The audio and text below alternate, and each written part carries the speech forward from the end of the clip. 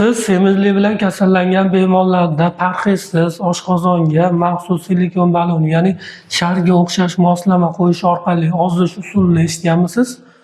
Assalomu alaykum. Bugungi mavzuyimizda sizlar bilan oshqozonga silikon balon qo'yish hamda ko'rsatmasi, qarshi ko'rsatmasi afzalliklari to'g'risida gaplashib o'tib ketamiz. Bugungi mavzuyimizda sizlar bilan oshqozonga maxsus silikon balon qo'yish texnikasi, ko'rsatmasi afzalligi to'g'risida gaplashamiz.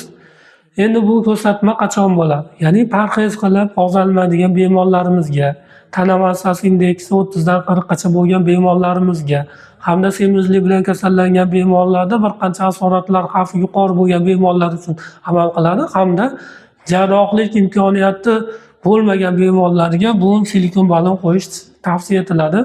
Endi bu silikon balon qo'yish xavfsiz usullardan bittasi hamda afzalliklar, bir qancha afzalliklar bor. Bu afzalligi jarrohliksiz, ya'ni oshqozonga maxsus endoskop orqali silikon balon qo'yiladi. Silikon balonga havo bilan to'ldiriladi yoki maxsus fiziologik suyuqlik yetma bilan to'ldirib qo'yiladi. O'zi oshqozonimizning hajmi 2,5-3 litr hisoblanadi. Endi buni hajmi 500-700 millilitrgacha bo'lishi mumkin. Ya'ni buncha hajm bilan oshqozonga to'ldirilganda oshqozonda to'qlik hissi yuzaga keladi, ya'ni kam ovqatlanishga sababchi bo'ladi. Ya'ni kam ovqatlanadigan bo'lsak, ovqat tarkibidagi oziq kaloriya sarflanib, natijada organizmda to'plangan qorin, bel sonidagi yog'lar parchalanishiga sababchi bo'ladi hamda bemorlarda ozish holati yuzaga keladi. Endi bu silikon balonimiz 6 oydan 1 yilgacha turishi mumkin. Bu xavfsiz hisoblanadi.